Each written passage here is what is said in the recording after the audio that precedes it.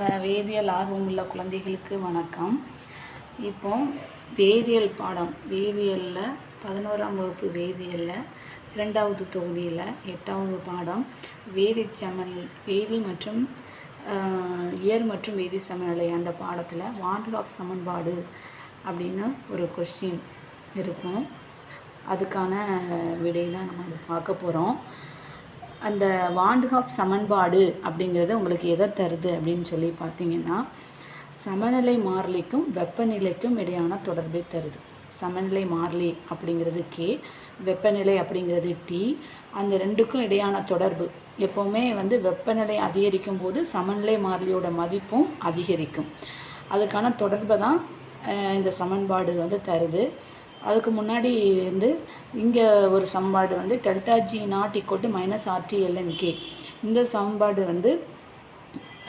திட்ட கட்டில ஆற்றல் மாற்றத்துக்கும் சமநிலை மாறிலிக்கும் இடையான தொடர்பு. அந்த சமன்பாடு திட்ட கட்டில ஆற்றல் மாற்றத்துக்கும் சமநிலை மாறிலிக்கு இடையான தொடர்பு.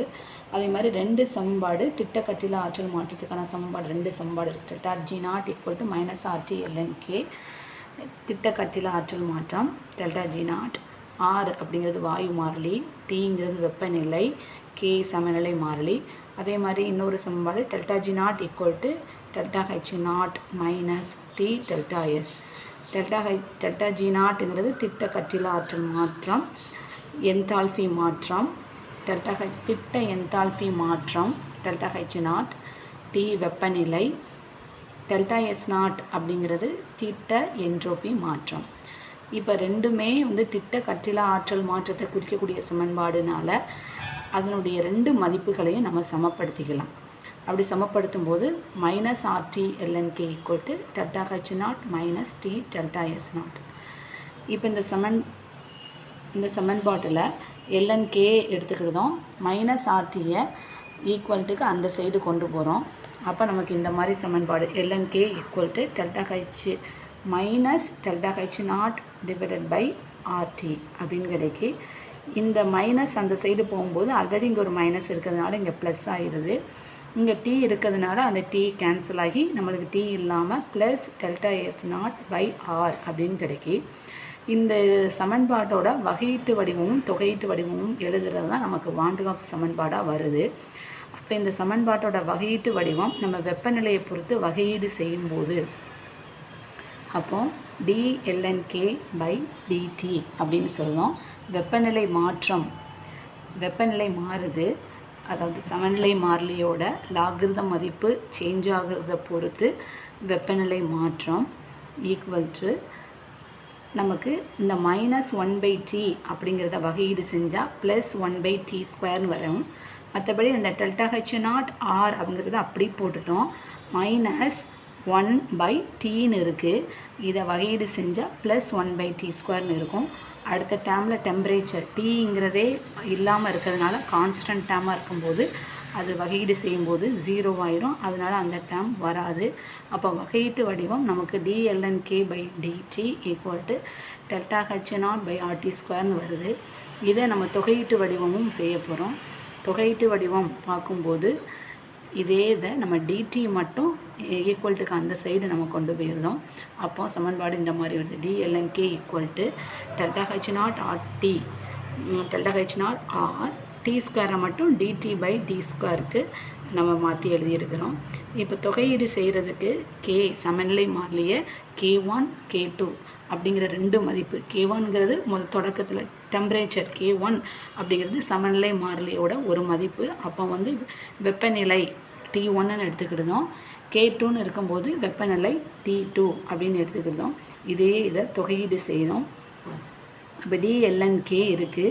நம்ம தொகையீடு K1 K2 அப்படிங்கிற இடைவெளியில் தொகையீடு செய்கிறோம்.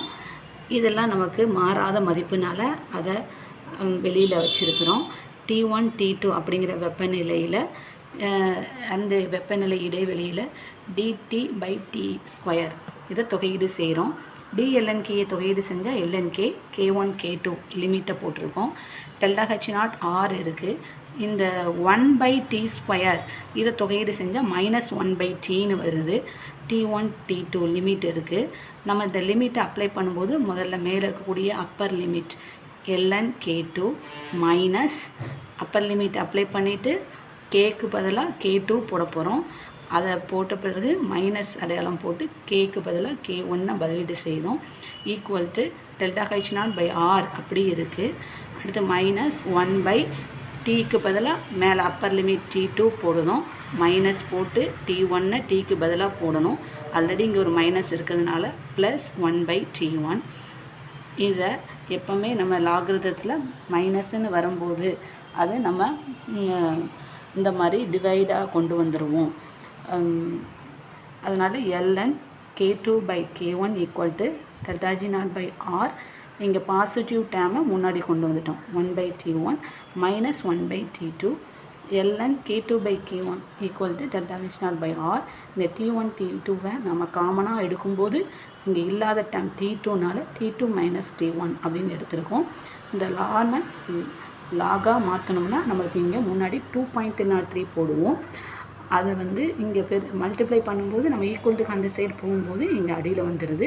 அப்போ log K2/K1 equal to delta H0 2.3R T2 minus T1/T1 T2.